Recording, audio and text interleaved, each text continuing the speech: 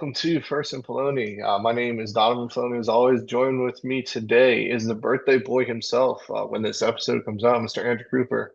How's it going, man? Oh, what's up, dude? Appreciate it. Not much, man. So I guess we'll go ahead and just get started on your birthday and let you out a little bit early, and um, we'll start with Q1 with some news here. And the best news that I've heard in a long time, Billy Napier is finally out at Florida. Just like with Penn State, I think this is a big enough job that we have to kind of talk about who's going to be the top candidate going forward. I have a couple, so I'll let you go first. If you were Florida, who are the names that you're going to go after? Definitely a Lane Kiffin. Yeah, He would be number one on my list if I could pick any coach right now. yeah. I I mean Marcus Freeman, obviously, but I just don't think Freeman's going to leave Notre Dame. I think the best shot's probably going to be Kiffin if they can get him away from Ole Miss. Yeah, so I mean, let's just knock out the obvious ones, right? It's Lane Kiffin, right? Everybody thinks it. Last year, I think he's been linked to Florida for the last 2 years. I think last year he probably would have taken it right away. This year, I think he's a little bit more comfortable at Ole Miss. But I still think it's probably more likely than not, more of like a 55%, 60% sure that he'd take it if he's offered. I think they're still undefeated. I think it'd be harder for him to leave. Or if like Ole Miss makes the playoffs and kind of makes a run. But I think he wants to win championships, and I don't think you can do it at Ole Miss. Maybe once or twice, but to do it consistently with the amount of resources and base that you could have at Florida. I know Ole Miss is ahead of the game in NIL, but you have to have that recruiting base. Nobody really wants to go to Oxford, Mississippi. So I think that's probably who is going to be. That's who I would want it to be. But if they finish with only one loss and they go to the playoffs, I think it'll be hard for Florida to try to get him as the head coach. So kind of keep an eye on their season going forward. Marcus Freeman, you said as well. I think that was a good call. They already did. Reports already did say that he was asked. But like you said, why would he leave Notre Dame when he's made that team so much better than Brian Kelly ever did? Where they seem like they're consistently good on all aspects of the ball, and I think they're going to make another playoff run here. Another name that I think would be in the top three would be Eli Drinkwitz. That would be Florida's next choice if he says no from Missouri. Just makes sense as he's an alum for Florida. Uh, and Mizzou's kind of in the same spot as Ole Miss. They're doing well with recruiting and developing players, but not as good as they could have with the Florida resources and the transfer budget. I think he'd be a great fit at Florida. Two names in the G5, we kind of have to talk about Alex Golish and Summerall. But if you were Florida, let me ask you this, if you were Florida, would you take a risk on another G5 coach, like you did with Billy, with Summerall and Golish, even though seem to be the hot names right now? No, I think Florida's kind of at the point where they want to get back to their winning ways, and I think they're ready. I think they really want to. Let's see what the best way to put it is. I think they're more less ready to start winning tomorrow, I Yeah. guess is the best way to put it. Yeah. So I think Summerall and Golish are out, although I do think they get power forward jobs here coming up in this next cycle. Another name that's been thrown out there is John Gruden. Pretty interesting pick. He said he would be interested in coaching in the SEC, but I know he has ties to Tennessee, so I don't know if Florida would be the right answer. Although I think that'd be interesting to see Gruden in college football because he can build a program. He's done it in the NFL, but I think that's where he wants to be is back in the NFL at least for another a couple years. Franklin kind of makes sense if we're talking James Franklin, but he makes more sense for like I think he's a shoe-in for Virginia Tech, man. I just have that gut feeling that he's going to Virginia Tech. Um, and then one name that, or other names like Jed Fish or Matt Campbell. I mean, Fish would be like the last resort pick because he would go there in a heartbeat, but I just don't think his profile's up there. But one name to kind of maybe look out for is Lincoln Riley. Lincoln Riley wants to go into the NFL. But there's been rumors that Florida loves his offensive play style and wants to see if he can bring that to bring what he's done to Oklahoma and USC to Florida. Now, I would hate that hire, but what would you think if Lincoln Riley went to Florida? Uh, I mean, I wouldn't hate it. You know what I mean? I mean, Florida would definitely have a more up tempo, Right. more established offense, the way that I would look at it. But I mean, I don't know. He's struggling right now Yeah. out west. So I mean, it's very hard. There's not like a real dominant coach at the moment that I think they can get other than, a Kiffin that's proven that he can win. You know what I Yeah. mean? Kiffin or Drinkwitz, I think. Yeah. Yeah. I think Kiffin, you're right, is the call to go to, but Drinkwitz, I think they'd be happy with it number two. I think most Florida fans would be. Because I mean, Missouri's been great the last couple of years after Drink's taken over. Like you can't deny them. Uh, Like that, and they've done well out there. So um in terms of coaches losing their jobs, we've already seen a ton this year, and I think there's going to be more Power Four ones going forward.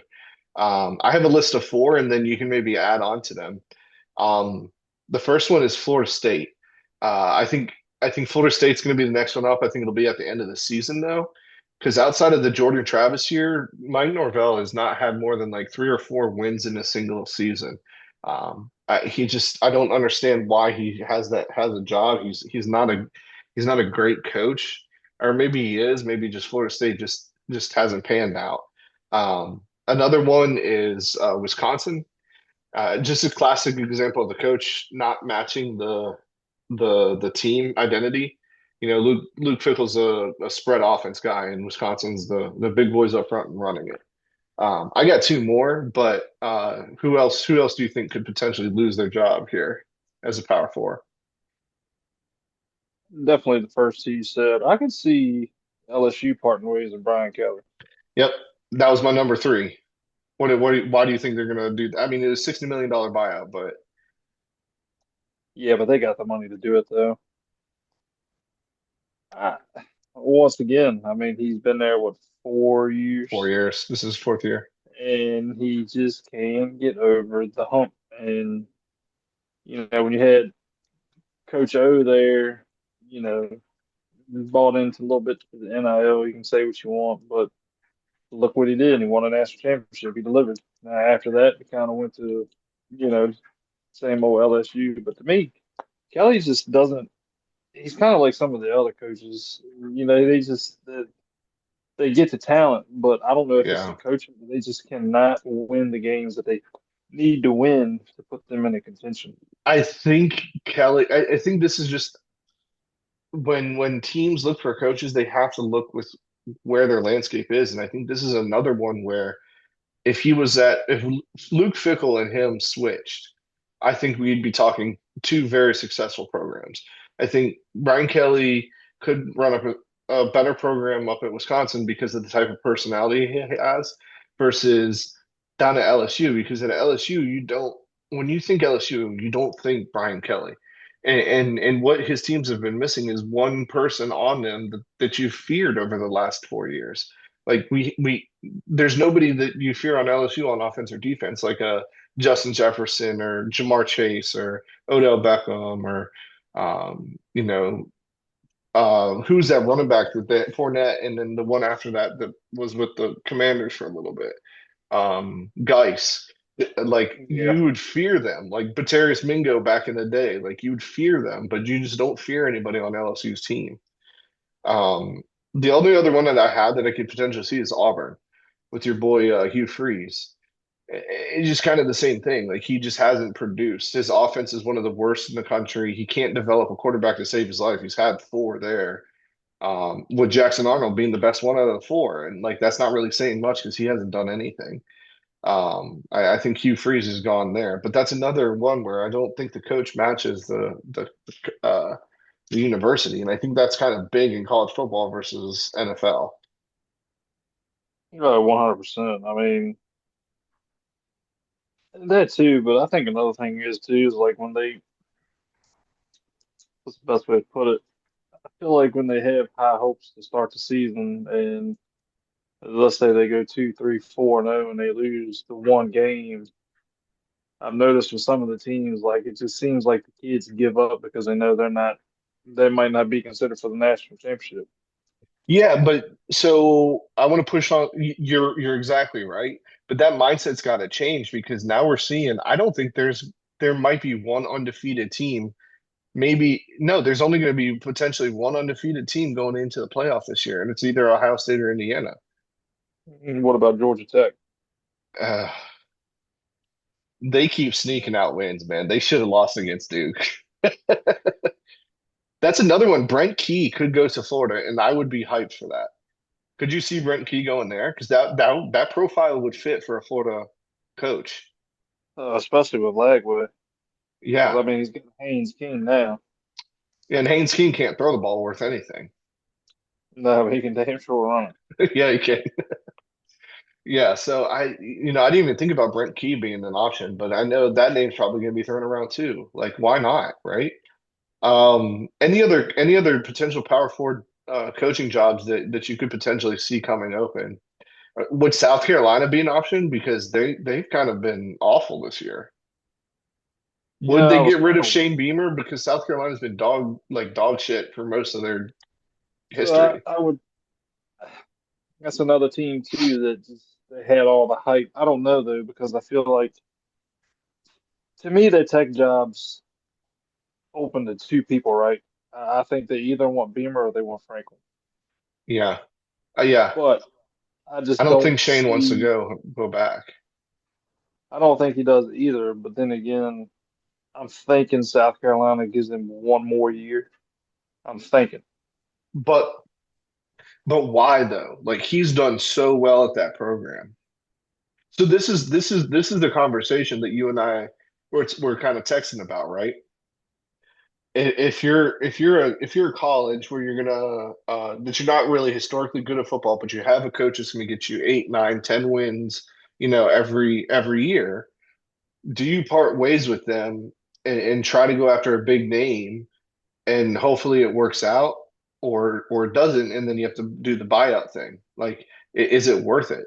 Because I think Shane Beamer's a great coach. I think he's just had just unlucky this year. Yeah, I mean it's kind of like Franklin. I think Franklin's a good coach. He just had Right. bad luck of the draw. I mean, it's just. I mean, it happens, but it's kind of like we talked about also. Do you take the chance to do Right. that and then you go back to being semi-mediocre for 3 or 4 years and the fans and the board's calling for something else? But then Yeah. again, it's like we also talked to, like we talked about too. If I'm a coach and I'm somewhere and I'm steadily racking in 8 to 9 wins and I'm not leaving. the university's happy with that and I can Yeah. get a 3 year extension for 1.5, 2.3 mil, why would you leave? Why would you Right. take the risk to go get the money? But then again, that's kind of your legacy saying I Right. couldn't get it done at a big time school, so now what do I do? Yeah, it's I think you might do it once and say like, yeah, I'll leave for a big job opportunity. If I get it done, great, then I'm one of the top head coaches of all time. But I think another thing to that point is if I'm Shane Beamer, my dad's legacy was 25 years at Virginia Tech. I'm going to try to do that at South Carolina and see what I can do with the potential option. If I go 9-3 in the SEC, there's a possibility I get into the playoffs. I mean, they were in the conversation last year. And at this point, there's going to be a couple 9-3 teams in the playoffs this year. Like, there's no doubt in my mind. Oh, without a doubt. I mean, that's just the way that the lanes keep us fell. Yeah. But I think Lane Kiffin, if we're going to go back to that, Lane Kiffin's the type of coach where I think he'll be content for a couple years at Ole Miss, but I think he'll kick himself if he doesn't take this job for a potential national title. Because I think he's good enough of a coach to do that to where if he does fail, I think he'll fall back and he'll be okay wherever he goes. Um, but See, that's the thing with that's the thing with Kiffin though that it doesn't matter where he's going to go, he's going to win. right, So I mean, he could go to Florida, not do great at Florida, but then he could also say, okay, the Auburn job comes open 10 years down the fucking road. And guess what? He Auburn's goes to great. Auburn. He goes to Auburn and he converts that to back to what Ole Miss is now. Right. And I think that, I think he wants one shot at it, but I don't know. I don't know if he's going to take this shot. I think that's just the conversation everybody's having because his kids are in that college age, high school age. I think he's happy right now, but how much of him being happy is not going to stroke his ego. And I think that's where the conversation starts. So, all right, well, let's move on to quarter two. We had an upset weekend, man. This past weekend, nine ranked teams lost. We had Miami, Ole Miss, Texas Tech, LSU, Tennessee, USC, Memphis, Utah, and Nebraska all lose. Out of those teams, which teams do you think are still alive in the playoff race? Uh, I want to say Miami, but We both called Georgia Tech at the beginning of the year, and that's looking more and more likely. yeah, 100%. Um, I think you can count Memphis out. I just think of Yeah. other G5 schools that have gotten better quality wins for me. Yep. Um, Well, big contest this week against USF. oh yeah, but trying to think. Yeah, I think Texas Tech, Miami are still in the conversation, but they made their road a lot harder. They have to win out pretty much, right? Yeah, I they think can't. I mean, Texas Tech and Miami, they cannot afford any more hiccups as far as that goes. I completely agree. I also think Ole Miss is still in the conversation too. Oh yeah, Uh, without a doubt. but they can't lose another game really either. I think LSU's out. I think Memphis, like you said, is out. I think USC and Nebraska are pretty much frauds. And I think Tennessee's out because their defense can't catch a cold right now. Yeah, 100%.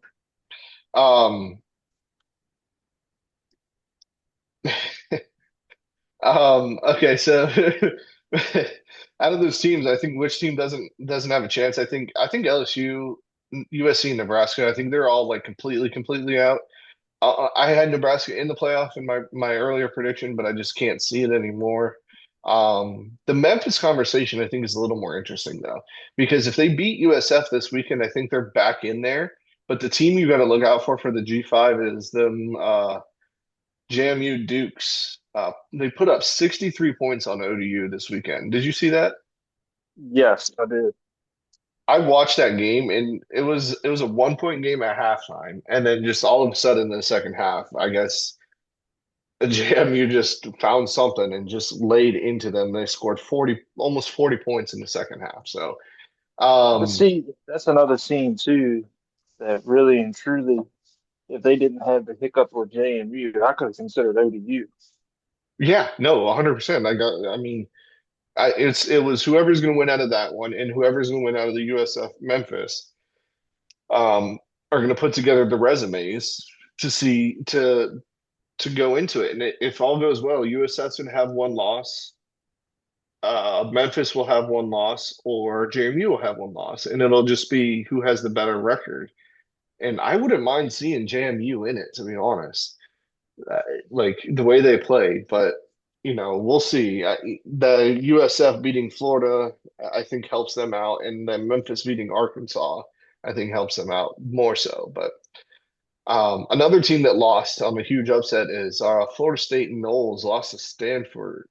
Um, does this mean anything to you when you think of the early victory against Bama? Does that affect your opinion on Bama, or does it affect your opinion on Florida State more?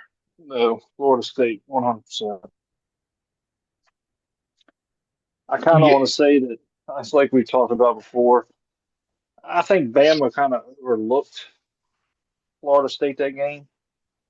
Why, I don't know. 100%. And I think Florida State came out with a little bit more fire due to Castellanos with his trash talking and all that, which is fine. But you look at how Alabama's playing now, and I mean, it's just like, my God, you're not having this conversation about Florida State. Right. Yeah, I think you're right. I think it might have been a little bit of first game jitters for Simpson. It was Florida State at home. We know um, Malzahn, the offensive coordinator, we know he's the Bama defeater. He always beats Alabama.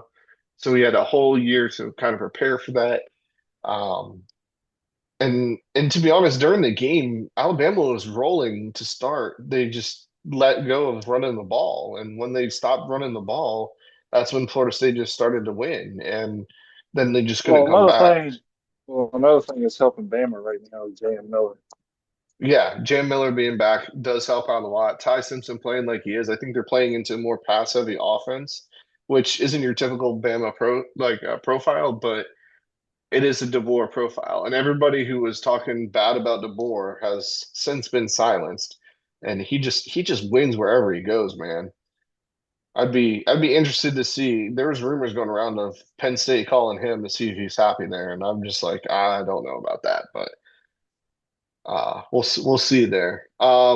Okay. And then the next thing, kind of talk about, we're gonna talk a little bit about the standings because things are just super close. The first standing that we're gonna talk about is the ACC. So I'm gonna share the standings here with you, and we can kind of talk about it. If we look at the top, undefeated in conference play is Georgia Tech, Virginia. Um, SMU and Georgia Tech, Virginia, and SMU. SMU is quietly 5-2. I don't think they're going to be really be in the conversation. They're kind of sneaking by some wins here, but Georgia Tech and Virginia losing to NC State as a non-conference game is interesting here as well. That'll play into it in the future. But there's a bunch of one-loss teams: Pitt, Duke, Louisville, Cal, and Miami. So as of right now, if we look at the standings, out of the one loss or zero loss teams, are we still sticking with Miami versus Georgia Tech in the championship game? Or is Louisville's good, man. Louisville might be, Well, Louisville, I mean, you can say what you want about Virginia, but I mean, yeah, Virginia's finding ways to win. It's not, they're finding ways to win. It's not, what's the way to put it? They're not necessarily blowing people out of the water and they're keeping some games close, but they're still finding ways to win. I mean, if they keep doing that till the end of November, I mean, you got to consider them. yeah. Yeah, I agree. I think Virginia's done really well here. I think it's going to be interesting. Miami cannot lose again. None of these teams can lose again. I think we might see some here. You're right about Virginia maybe playing spoiler. That's why I kind of worry about Georgia Tech because they've squeaked by against some teams here. And you know what? Before this past weekend, I think the team that had could have done the funniest thing ever would have been Clemson. If they didn't lose this past weekend, they could have been in the conversation. And I think that would have been funny after everybody is writing Dabo off. Then in the Big Ten here, so we can do the same exercise in the Big Ten, but we'll have a little bit more teams, right? We have Indiana, Ohio State, who are undefeated in conference play. I think those two are the cream of the crop. Then we have Iowa, who is one loss, Michigan one loss, Minnesota one loss, Northwestern one loss, Oregon one loss, UCLA one loss, and USC one loss, all in conference play. Now there's, total records are a little different. There's a bunch of 5-2 teams, 6-1 team, 3-4. Um, but is it Indiana, Ohio State? Do you think they lose anymore, or are they headed for a battle here going forward in the championship game for the Big Ten? It's hard to bet against both schools, really and truly. I think after giving Signetti that big contract, I just don't see Indiana having a hiccup. I don't. Now that they know that he's locked in for a good while, No, no distractions. Yeah, there's no distractions, so they can just keep playing their brand of football. I honestly, I could definitely see them too as far as the conference championship goes. I mean, Ohio State, they're not getting a lot of talk, although they are what one? yeah, yeah. They're number one in the. I mean, they Yeah, look but they're head not. and shoulders above everybody. Well, yeah, but I mean, you got to remember too, though, they're even though they're number one, they're not getting talked about like they are with Bama and some Right. of the other schools. But I mean, I think the more that they're flying under the radar, they're feeling disrespected. So I mean, that I just don't see them losing. Yeah, I don't either. I think it is Ohio State, Indiana. My theory is is there gonna be three or four teams of the Big Ten in there? Because I'm not sure Oregon's gonna make it. And I worry about the game against Washington. Maybe, another one that they might trip up on the way because they've kind of gone down a peg here too. So I don't know. It could be Illinois as the two loss Big Ten team right now that could make the playoff. Iowa sneaky good. Minnesota, sneaky good winning this past weekend. So I don't know. Kind of I think everybody was complaining about the playoff being expanded and how teams might lose uh they might lose something going forward. But I think what it's done is brought more parity to the league, and I think it's good that we're having potential playoff games, in October, November being decided before the playoff even starts. I think that is kind of exciting. So, all right, let's move into Q3 with superlatives. Player of the week. Uh, I'll go first here, and my player of the week is an entire team, and that's JMU. Just coming out in the second half, putting up 63 points in total in the game against ODU, who was a very good team going in. Beat Virginia Tech, undefeated. But JMU just laid it on there. Their defense led the way in the second half. Offense looked amazing in the first half or in the both halves. So my players of the week are all of JMU. Yeah, I went with the team as well. I went with Louisville's defense against Carson Beck and that high rated Yes. that Was it that air. four interceptions? Yeah, yeah, three or four interceptions. I mean, that was the Carson Beck that we were used to seeing Right. at Georgia. But I just, I think I texted you and Libby one time. I mean, my God, man, the cornerbacks and the DBs and the safeties look like wide receivers catching the balls. I mean, it Yeah. was And who'd you say that the boy from Louisville, the wide receiver, who's fast as can be? Um, Bell. Bell. That boy, he can run, man. Holy smokes.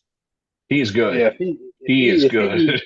if he even gets 2 yards to make a cut, it's gets goodbye. Yeah.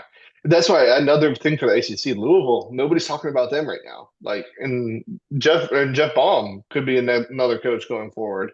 Maybe at Penn State, maybe at Florida. Who knows? Game of the week. Uh, I mean, it's kind of hard to say not Louisville, Miami, right? Is that who you were going to say?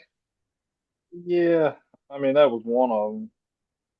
I mean, we can Louisville, Miami. That was a good game. Carson Beck's good for one of those four interception games, I think, a year. Unfortunately, I don't think Miami is completely out of it. I think they kind of overlooked Louisville. I have two other games. One of them we've already talked about, JMU ODU. I think it was just an electric. If you like college football, that was college football at its finest.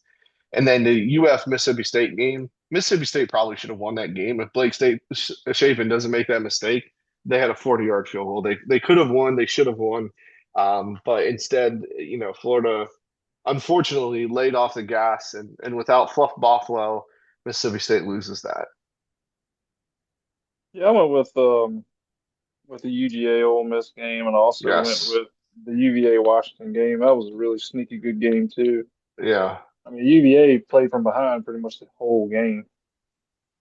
And I'm gonna tell you right now, even though Washington's a 3-4 loss team, they're dangerous. Yeah. Yeah. Yeah. No, they are. And I mean that the Ole Miss Georgia game was just a classic. I mean, it was a classic game. It was over. I was wrong. I thought their defenses were better than that. They aren't. Neither defense is good. I, they're just and talk about another quarterback that we're not talking about is Gunnar Stockton. He's got a little bit of Tebow in him where he's not necessarily the best quarterback, but he knows how to win a dang game too. Tough as nails will run the ball right at you. Okay, winners of the week. Who you got? Winners of the week. Let me look back here. We went with Minnesota. Yes. Let's see who was my other one. Arizona State Yeah, that was and a good win against Texas Tech. Huge win. yes, and Vanderbilt. Oh, Vandy. Diego Pavia. Are they going to do it again this week? That's the question, right? Mizzou's coming Yeah. into town. We Yeah. don't have that game picking, but uh, we can maybe give a bonus pick out for that. Winner of the week I have for me is the Florida fans. Depending on and it's all depending on who they hire. But like, I do feel bad for Billy because the amount of work that he did put in and change that culture and get new facilities built and get the recruiting classes that he's had, the top fives and top 10 recruiting classes he's had. He was stubborn and wouldn't give up play calling. I think if he did and let him kind of been the CEO, Florida would have a lot better record and would have been in a lot different conversation. But he just never gave up play calling. He wanted to bet on himself, which is how he got there, which I respect. But just, if the signs are there, man, just kind of give up play calling and see what happens. Losers of the week. I think it's just all the teams that lost that we talked about in the top 25, right? Utah, big whiff on me thinking they were going to be any good this year. Dampier just can't throw the ball down the field. Nobody's talking about BYU either. BYU 7-0 undefeated. They're controlling their own destiny. Um, LSU's out of it. Tennessee, I think, is probably out of it. Ole Miss, I think they have maybe one more loss in them, but I think they're still in it. Texas Tech, who we thought, was going to just roll through that conference, loses to Arizona State, even though Morton wasn't playing, it was their backup Will Hammond. But I think it was just all the top 25 teams that lost. Yeah, I agree. Other than one team that did win, that I'm still kind of disappointed in is Texas struggling with Kentucky. I mean, Overtime. Yep. yeah, I just don't understand what's going on down there with Sark and old Arch and the whole team. They just seem off to me to have all that Yeah. preseason hype. One week they look good. The next week they look like they're starting a freshman quarterback. So, Yeah, I mean, it's just so daggone inconsistent. all right, well, let's get into these game picks and get you out of here. In quarter four here. Records, the locks are 45 and 39. We kind of had a bad week last week. The records for picks. Andrew's at a whopping 71%, running away with the crown, I think, this year. 61 wins, 25 losses on the game picks that we've had this year. I'm 51 wins and 35 losses. So you have 10 games on me, sir. Um, so if you're a betting man and you want to just follow Andrew's money line picks, it might not be a bad thing here as of late. Ole Miss at Oklahoma. Oklahoma is favored by 4.5 points. I think I think Ole Miss makes a comeback here. I think they win this game. I don't think Mateer is completely healthy. Yeah, I want Ole Miss. USF at Memphis Friday night game. USF 4.5 point favorites. I'm going USF here. I think Memphis losing last week shows me that there's a chink in their armor. I think USF will kind of dominate this game. Yep, I got USF. Kansas State at Kansas. Pretty fun matchup. Kansas State sneaky having a much better season after we trashed them for the first couple weeks. And Kansas having a sneaky good season too. Daniel's still alive. Who do you have in this game? Kansas is favored by 2.5 points. Rock Chalk. Me too. Rock Chalk Jayhawk. Let's go. Kansas at home, and I think that's the only reason why I'm picking them is because they're at home. Auburn at Arkansas. Arkansas is favored by 2.5. I think Taylor Green just runs away with it here, and Arkansas just destroys Auburn. And I think Hugh Freeze gets fired this next week. I'm gonna go with old Bobby Petrino and the boys. It looked really good last week. Had a few hiccups. I had the chance to win the game, but I'm going Arkansas. Yep, Arkansas as well. Bama at South Carolina. Bama's favored by 12.5 points. It still technically is October. Does October survive here, or do you have Bama? No, unfortunately, I think it's going to be a sea of red. Yeah, I'm going Bama as well, unfortunately. But wouldn't be surprised if some magic happens. BYU at Iowa State. Iowa State's favored by 2.5. I don't know how BYU keeps winning, but they do.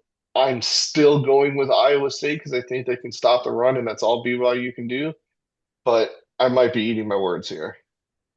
I'm going BYU. It's at home. Illinois at Washington. Illinois or Washington's favored by 4.5 points. I'm big I on am. Washington this year, but I can't. I think Illinois has it. I think they're fired up after having two losses. I'm gonna go Washington because it's at home and the way they played UVA last week. Did they play UVA or Michigan last week? No, Washington.